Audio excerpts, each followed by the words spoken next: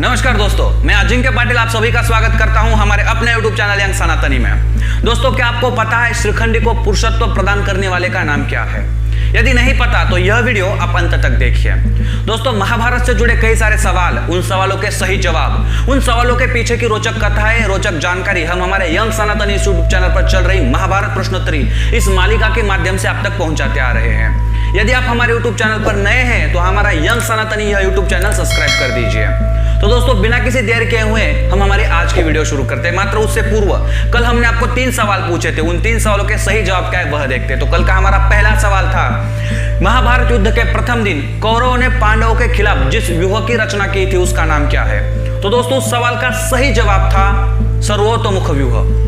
कल का हमारा दूसरा सवाल था, उन ऋषि का नाम क्या है जो वनवास के समय पांडवों के आश्रम में आकर अपने शिष्यों सहित आकर भोजन की मांग करते हैं, मात्र उस समय द्रौपदी के रसोई में कुछ भी नहीं होता? तो दोस्तों, उस सवाल का सही जवाब है दुर्वासा ऋषि।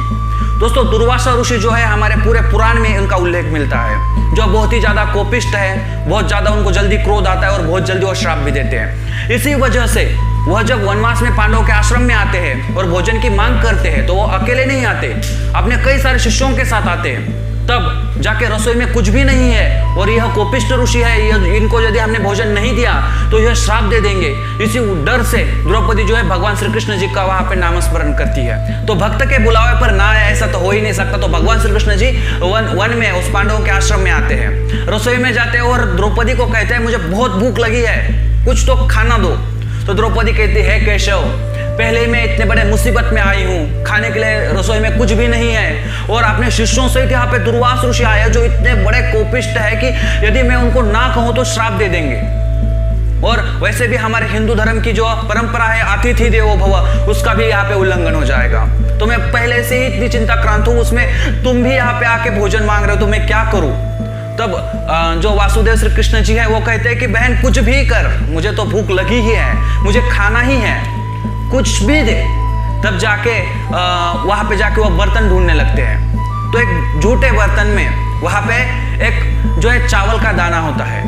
तो भगवान श्री कृष्ण जी कहते हैं वाह बहन झूठ बोल रही है मेरे से, यहाँ पे तो है खाना। तो द्रौपदी बड़े ही शर्मिले भाव से भगवान को देखती है और कहती है माधव, ऐसे प्रसंग में भी आप हमसे हमारी मजाक कर रहे हो? नहीं। तब कृष्ण जी कहते हैं नहीं बहन नहीं, इससे यह दाने का ग्रहण करने से पूरे ब्रह्मांड का पेट भर सकता है। और भगवान श्री कृष्ण जी उस चावल के दाने को वहां पे खा लेते हैं। उसके बाद पूरे ब्रह्मांड जैसे तृप्त हो जाता है। इधर दुर्वासा ऋषि भी, उनको भी अचानक से डकार आने लगती है, तो बोलते भाई मैंने कुछ खाया ही नहीं तो मेरा पेट कैसे भर गया? तो यह है भगवान श्री कृष्ण जी की लीला। इस सवाल के पीछे की बहुत ही रोचक कथा है। भगवान श्री कृष्ण जी ने ऐसे कई सारी लीला किए हुए हैं। तो चलो, यह हमारा कल का दूसरा सवाल था। दूसरे सवाल का सही जवाब भी आपको पता चल ही गया है कि दूसरे सवाल का सही जवाब था दुर्वासा ऋषि। कल का हमारा तीसरा एवं आखिरी सवाल था, राजा परीक्षित का मृत्यु जिस सर्प के दंश से हुआ था उसका नाम क्या है? तो दोस्तों, उस सवाल का सही जवाब था तक्षक। दोस्तों, राजा परीक्षित बहुत ही न्यायप्रिय एवं धर्मप्रिय राजा था, लेकिन उसके मस्तिष्क पर एक सोने का मुकुट था जिसमें कली बसता था। तो दोस्तों, इसी कली के प्रभाव से उन्होंने एक दुष्कृत्य किया। कथा ऐसी है कि राजा परीक्षित आखेट के लिए वन में चला जाता है। वन में जाने के बाद वहां पे बहुत सारे जो पशु है उनके पीछे वो दौड़ता है, लेकिन उससे वह बहुत थक जाता है और उसको प्यास लगती है। तो प्यास लगने के बाद वह शमीक ऋषि जी के आश्रम में आता है। आश्रम में आने के बाद शमीक ऋषि जो है ब्रह्म ध्यान में लीन होते हैं। उनको हमारे आसपास क्या चल रहा है इसका कुछ भी ज्ञान नहीं होता। उस समय क्या होता है कि राजा परीक्षित जाके शमीक ऋषि को कहता है कि हे ऋषिवर, मुझे प्यास लगी है, मुझे पानी चाहिए। तब ऋषि तो ध्यान में लीन है, उनको तो यह कुछ पता ही नहीं है बाहर क्या चल रहा है। तो राजा परीक्षित को बड़ा क्रोध आता है। तो क्रोध आने के पीछे की वजह भी ऐसी है कि राजा परीक्षित के मस्तिष्क के ऊपर जो सोने का मुकुट रहता है उसमें कली का प्रभाव रहता है और इसी वजह से राजा परीक्षित को क्रोध आता है और वहां पे एक मरा हुआ सांप पड़ा होता है, उसको उठाता है और राजा परीक्षित वह शमीक ऋषि जी के गले में वह डाल देता है। शमीक ऋषि को तो यह बात पता ही नहीं है। उसके बाद राजा उस आश्रम से निकल जाता है, अपने राज्य में जाता है। लेकिन इधर जब शमीक ऋषि जी के जो पुत्र है श्रृंगी ऋषि, इनको पता चलता है कि राजा ने हमारे पिताजी के साथ ऐसा अपमानास्पद व्यवहार किया है। श्रृंगी ऋषि को बड़ा गुस्सा आता है और वह श्राप दे देते परीक्षित राजा को कि तू भी सर्पदंश से ही मृत्यु को प्राप्त करेगा और वो भी 7 दिन के अंदर। तो ऐसे पांडवों के साथ बहुत पुरानी दुश्मनी यदि किसी सर्प की है तो आपको पता ही है, यदि महाभारत आपने देखा है कि तक्षक नाग के, तो तक्षक जो है वही पांडवों के जो अंतिम वंश जिसको भगवान श्री कृष्ण जी ने जीवित किया था, यानी कि राजा परीक्षित को वह दंश करता है और तक्षक नाग के दंश से ही राजा परीक्षित अपने देह का त्याग करता है। तो कल के यह 3 सवाल थे और इन 3 सवालों के सही जवाब देने वाले कल के विजयी सदस्य हैं जिनके नाम आप यहाँ पे देख रहे हो। दोस्तों यदि आपको भी लगता है कि इन विजयी सदस्यों की जगह पर आपके भी नाम हो, तो हमने पूछे सवालों के सही जवाब हमें आप बताओ कमेंट बॉक्स में वीडियो अपलोड करने के 1 घंटे के अंदर। दोस्तों हर रोज 7 बजे हम वीडियो छोड़ते हैं, 7 से 8 बजे तक, यानी कि 1 घंटे के अंदर यदि हमने पूछे सवालों के सही जवाब आपने दिए तो आपका नाम भी यहाँ पे हो सकता है। दोस्तों हमारे महाभारत से जुड़े कई सारे सवाल अभी तक पूछे हैं, तो दोस्तों यदि आपको हमारे पीछे वाली वीडियो देखनी है तो वह जो महाभारत प्रश्नोत्तरी नाम से हमारी प्लेलिस्ट है उसकी लिंक जो है हमने नीचे डिस्क्रिप्शन में दी है, तो वह भी आप देख लीजिए। तो दोस्तों बिना किसी देर के हुए पूछते हैं हम आपको आज के सवाल। तो दोस्तों आज का आपका पहला सवाल है, किसके शंख का नाम देवदत्त था? इसके लिए आपको पर्याय दिए जाते हैं। आपका पहला पर्याय है श्री कृष्ण, दूसरा पर्याय है अर्जुन, तीसरा पर्याय है युधिष्ठिर, चौथा एवं आखिरी पर्याय है भीष्म।